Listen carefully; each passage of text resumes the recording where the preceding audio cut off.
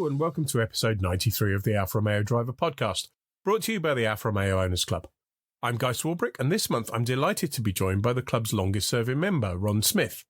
No longer based in the UK, and as we'll see, he wasn't when he joined either, but still a very active and enthusiastic member of the club. Good afternoon, Ron. Hello, Guy. Nice to talk to you. So I know your membership number's 190, but I don't actually know when you joined. Can you remember?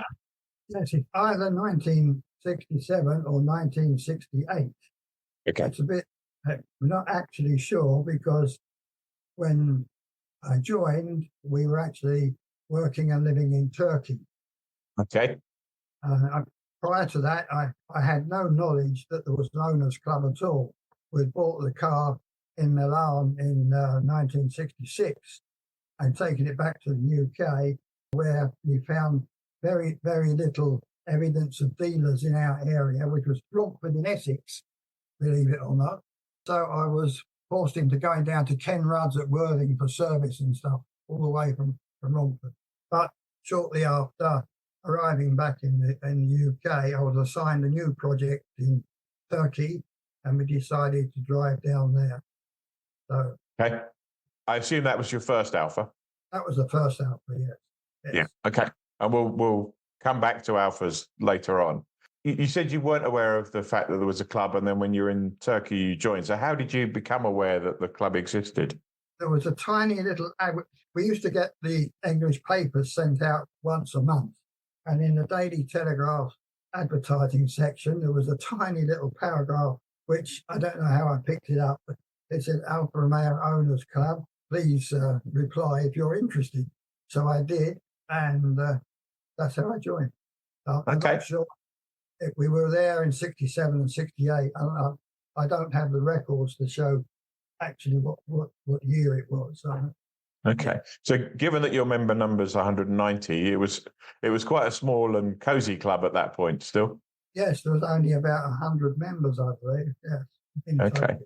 So what was the club like from Turkey? So were you mainly relying on I guess by 68 it was a magazine, but quite thin. Yes, we used 68. It was still a Romeo magazine that John Dooley and Guy Swarbrick used to run off. So we used to get those and nothing much else from the club. I used to get spares, etc., sent directly from Ken Rudd's, and had quite a communication with the service managers there, Bob Bates and then Ian Sharp, over the years for sending stuff out to us. Yeah. Even in those early days of the magazine, lots of technical articles and articles to help you keep the car on the road. Yes, it was principally keeping people alert to model changes that Alfa were going to make or proposing to make, and do-it-yourself maintenance work, because that was what the new members of the club were really involved with. Yeah. And I guess if there's no dealers and a small number of specialists, Right. you either got to like it or you've got to like it. Yes, exactly. So how long were you in Turkey for? How long before you came back to the UK? We were there twice, about a year and 18 months each time. We came back in 68 and then went back again in 68, later on in 68, and came back in 70. So, yeah. Okay. And did you stay for a while when you came back in 70? No, I was assigned to New York, and then later on, so I did 6 months there, and then later on, we went to Spain in 73. Yeah. So presumably you didn't take the car to New York. No, and I didn't see any Alfas in New York either. Interestingly, we didn't see any Alfas in Turkey, and there was no dealers in Turkey, of course, at that stage. So yes, it was quite a lonely life. Yeah. A little bit better in Spain. Oh yes, much better. When we got there, it was there were dealers in all the main cities, and in fact, we bought a new Alfetta in Spain. When we were there. That was the second car you owned, was it? Yes. Yeah. Okay. And how long were you in Spain? 3.5 years. Yeah. Okay. So in that period, so that's what, 5 or 6 years since you joined. What changes had there been in the club over that kind of period? There had been, shall we say, steady progress, I think, in trying to introduce area sections. It was very difficult at first, but it gradually began to pick up. Surprisingly, the monthly meetings in the steering wheel club went on until 79 or something. I was quite amazed at that. Which is actually not long before the steering wheel club closed, is it? I think it was mid-80s. Yes, that's right. Yeah, what was that like? What was the steering wheel club like? Oh, yeah, of course, it was the hub and the centre for the BRSCC and the BRDC, because John Morgan ran it for a while, and Des Scannell was there. So when you turned up there was invariably, there were faces you recognised for some automotive connection, mainly competition, of course. And yes, it was all very good, lively chats there. Lots of, again, do-it-yourself help. John Clifton, who was the mechanical guru at that time, I remember he would bring a gearbox or a differential with him and show how to dismantle and repair the items and put it all back together, etc. So that was interesting. Lots of film shows. And then about once every quarter, they would have a cocktail party, which was to bring on the females. Right. So yes, it was that was interesting too. So yeah. And in terms of section activity, so I presume you joined your native section in Romford rather than setting up a Spanish one. Yes, there wasn't an Essex section at the time. The first one was, I think, the East Anglia section, which Guy Swarbrick promoted. We used to go to some of that stuff. But looking back through some of the magazines, it's interesting that the club wasn't big enough or financed well enough to run its own race meetings. So there were jaunts into sprints and hill climbs, and I'm not sure if it still exists. There was something called a combined one-make car club. Right. And the one-make car clubs, who, again, like we were at the time, were not big enough, used to get together and then could afford to promote a meeting somewhere. So, they got involved with that and ran several meetings there. I think places like Snetters and else. So I guess that's a similar kind of arrangement to the one the Alfa Championship has with the 750 Motor Club now, where they organise it for multiple member clubs, effectively. Yeah. So the steering wheel club fascinates me because I think when I first joined in the mid-90s, I went to a London section meeting, which was in a pub up near Marble Arch somewhere. But we've managed to go in the 60 years from everything being centred around the steering wheel club in central London to no London section at all. And I guess that's a reflection of the size of the club and the geographical spread of the club, but also not wanting to be mad enough to drive into central London for a weekday meeting. Well, I think there's a lot in that. But of course, I think the club was initiated by Dennis Judd and others who had pre-war experience of Alphas. So there was a group, if you like, of interested people who had prior Alpha experience. So we say that not more senior, but the 50-year-olds, maybe 40, 50-year-olds.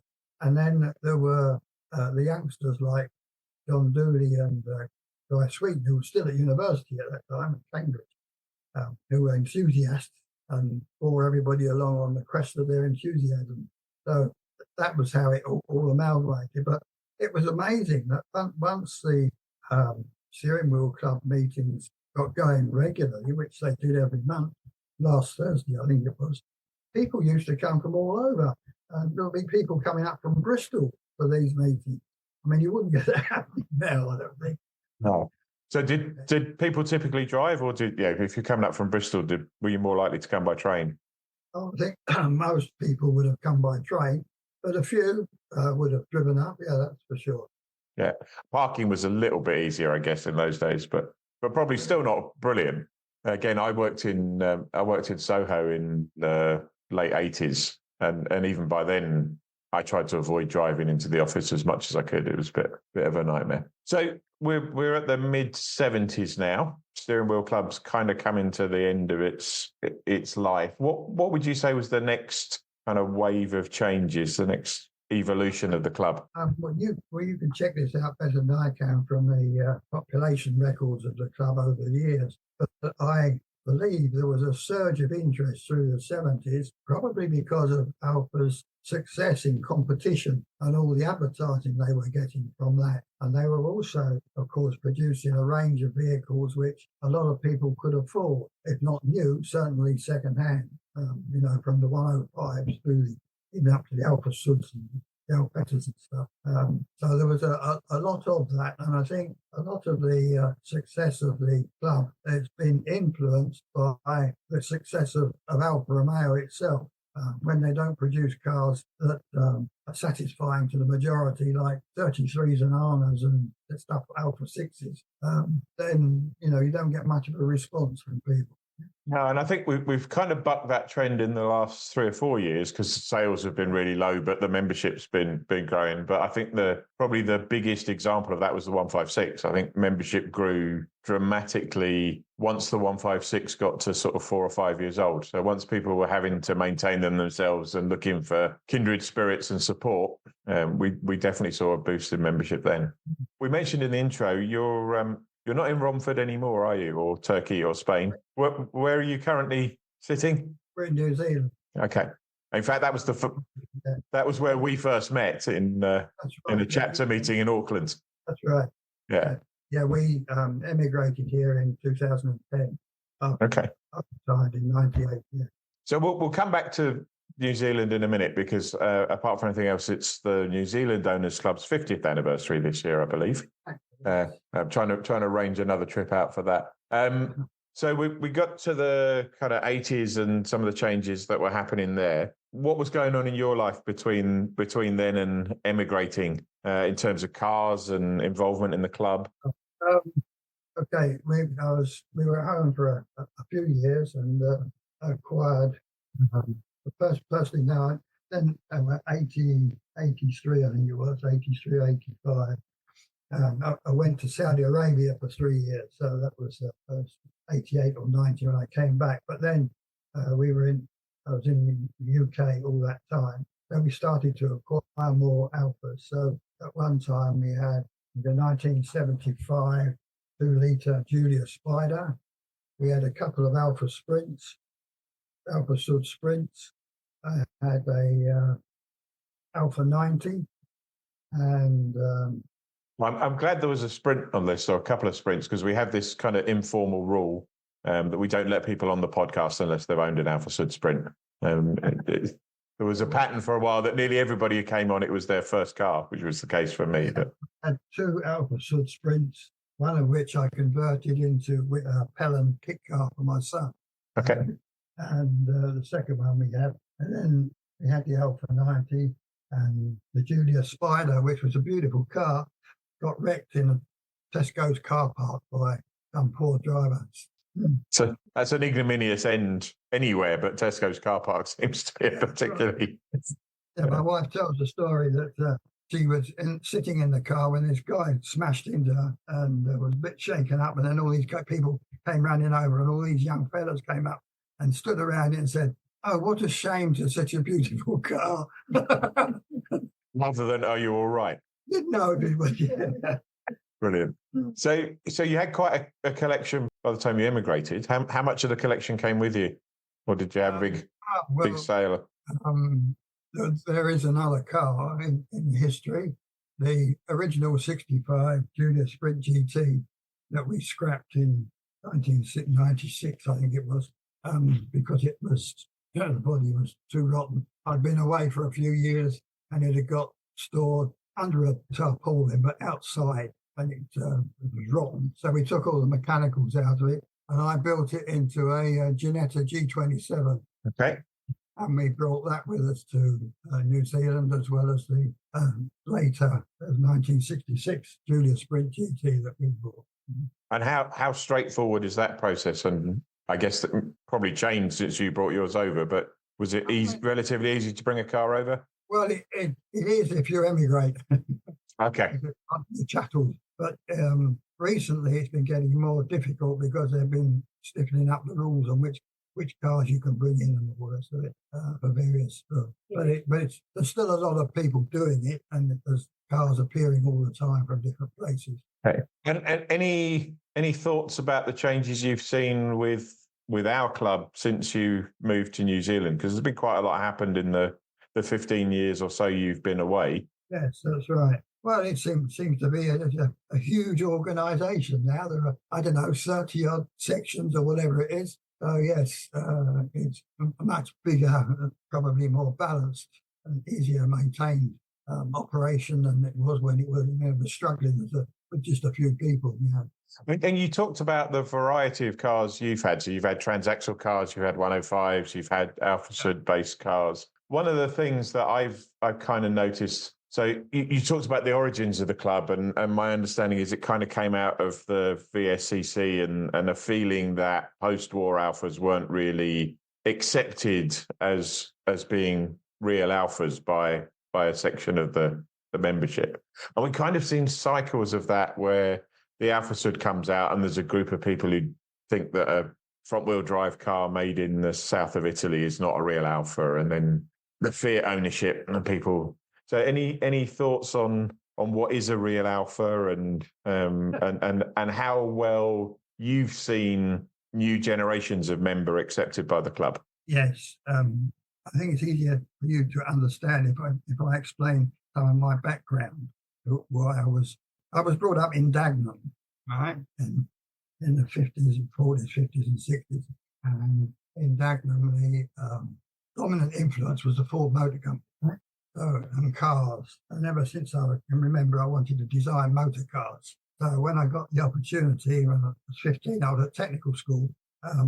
I left school and joined Ford's apprentice scheme. Spent 3 years there and got promoted up to they called a scholarship course, which was a design course for where you did higher nationals and also were taught transmission theory, design, engine design, suspension, bodywork, and all the rest of it. So training to be basically a design engineer for Fords. And then at the end of that, I got a surprise. I was awarded a technical state scholarship and went off to Durham University and did a mechanical engineering degree. And whilst there, my eyes were open. There are other things besides Dagenham.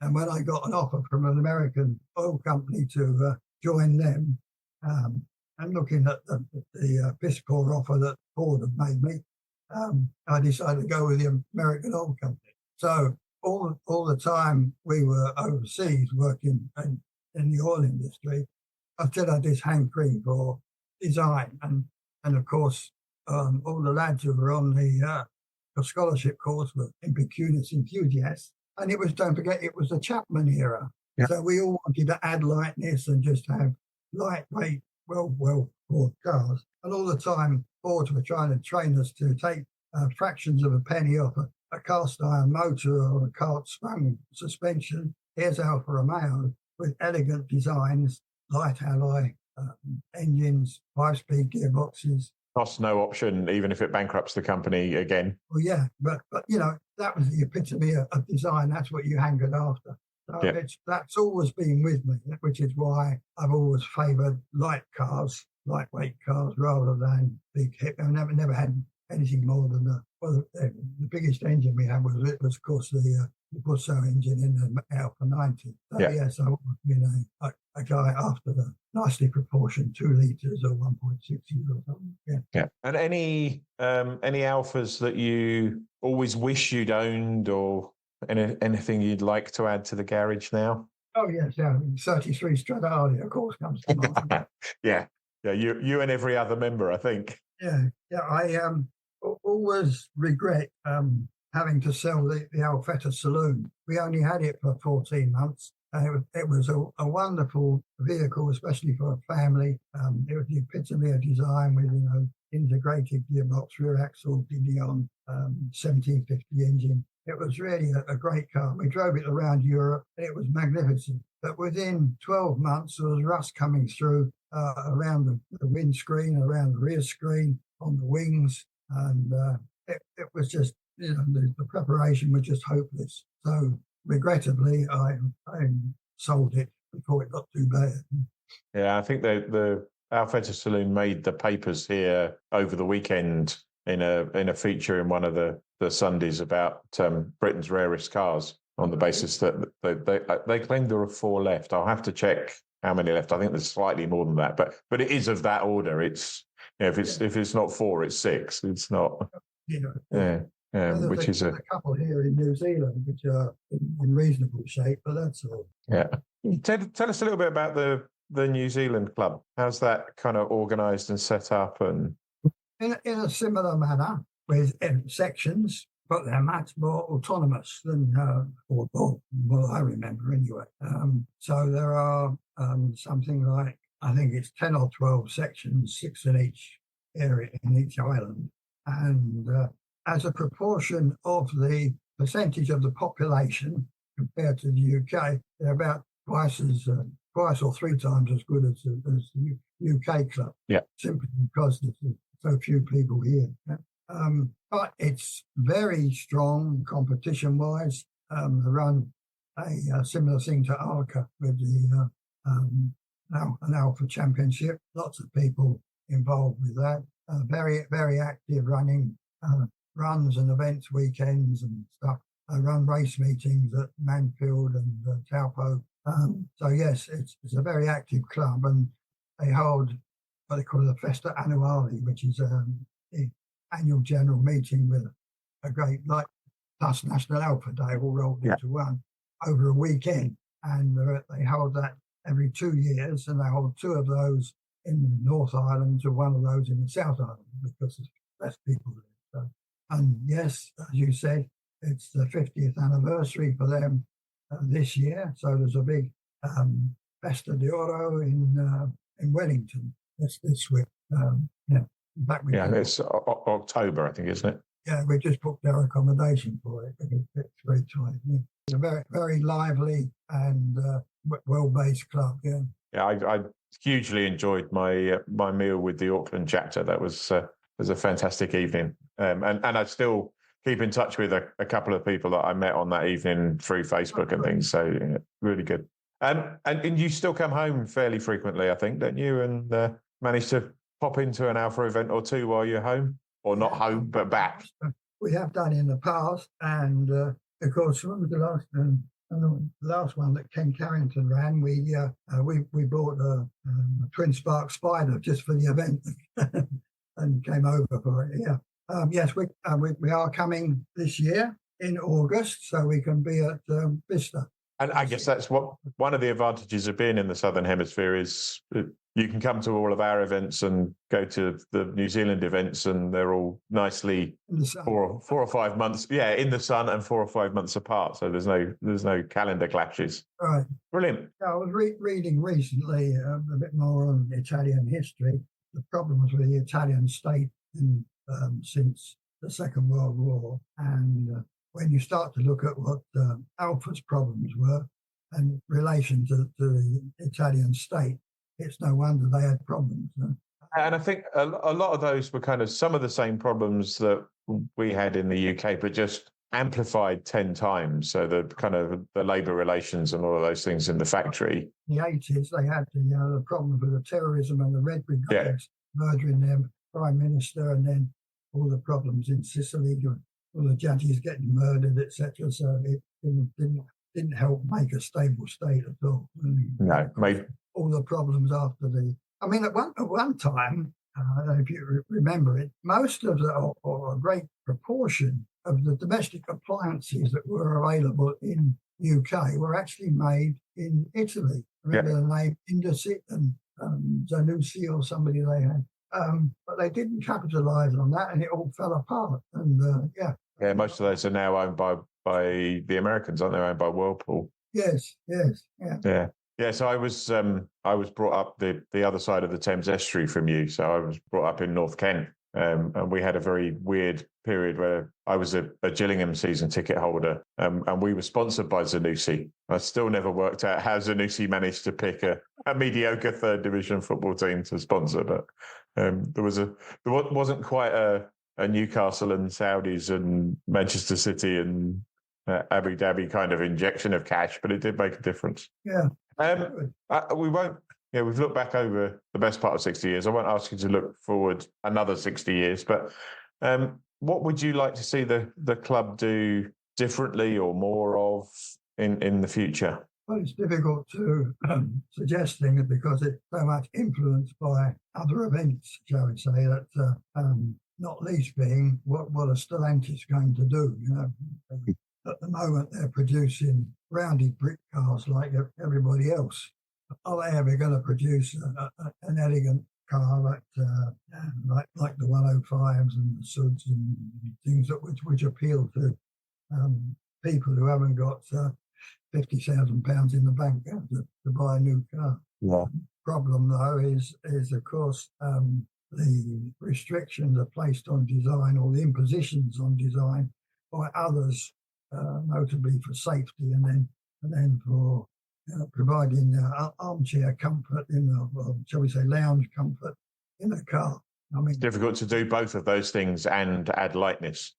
Yeah, I mean, I was thinking back the other day. We were talking to somebody. They were complaining about they couldn't reach their screen too easily, and all this. And I said, Jesus, you know, where are the safety people saying it's dangerous to play about the screen while you go? And there's that, and there's an element of the new technology still having the same old problems. So I've got a Tonale, and one of the features that I would never have dreamed of wanting is it's got a heated steering wheel. But the Italians, being the Italians, they've not mapped left-hand drive to right-hand drive. So I've got a screen in the middle of the car, and there's a pair of icons on either side, one to control the heated and cooled seat, and one for the heated steering wheel.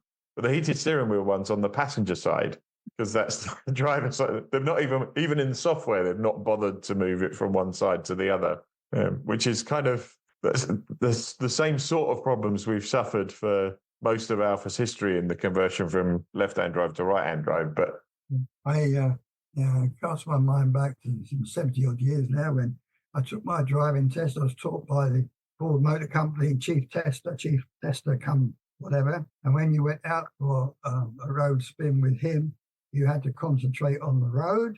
You weren't allowed to converse because that took your mind off the road. You would look for bumps in the road and the attitudes of other people and the way they drove and all the rest of it. So your mind should be filled with that and not with any other extraneous thing. He turned in his grave.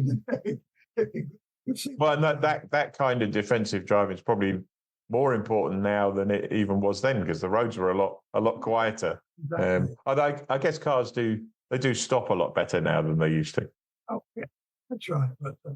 But, or in some cases, they stop now and they didn't used to. Yes, it's been a big change in what's been happening.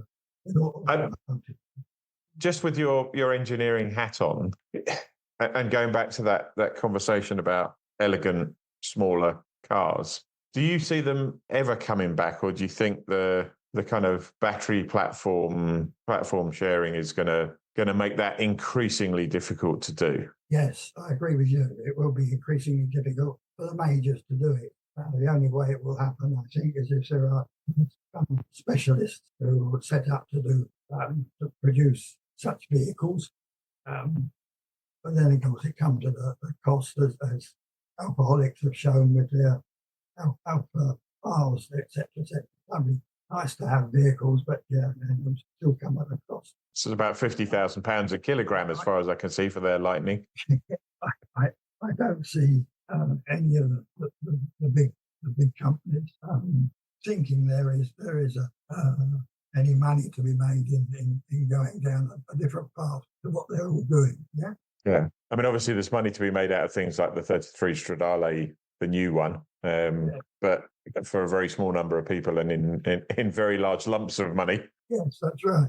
I know Jean-Philippe Imperato's got, he talks excitedly about the fact that the opportunity around electric cars is that because the drivetrain is so simple, effectively you end up with a skateboard that you can put anybody on top of, and you can play around with the suspension on the four corners. But because all of the powertrain is effectively in two small lumps at the front and rear and the battery pack at the bottom, you can have a car that's a massive three rows of seat SUV for Ram in the US or Chrysler or whoever, Dodge, and can also be a two-seat sports car for the European market. What they haven't done yet is to produce anything other than the SUVs. So, and I don't think the bottom line, what it produces against the top cost. Yeah, that's right. Yeah, brilliant. That's been fantastic. It's been a pleasure speaking to you, and thanks for joining us. And look forward to seeing you at National Alpha Day. Good. Thank you for the opportunity to talk to you about the last 60 years. Well, I hope you enjoyed that trip down memory lane and indeed into the future as much as I did. We'll be back in 4 weeks' time on Sunday the 5th of May when we'll be looking back on the launch of the new Alfa Romeo Milano, which takes place live on YouTube at 4 p.m. on the 10th of April. Episode 94 will be available to download from 1:30 p.m. from iTunes, Podbean, Podcast Addict, Spotify, the club's website and everywhere else good podcasts are found. Until then, stay safe.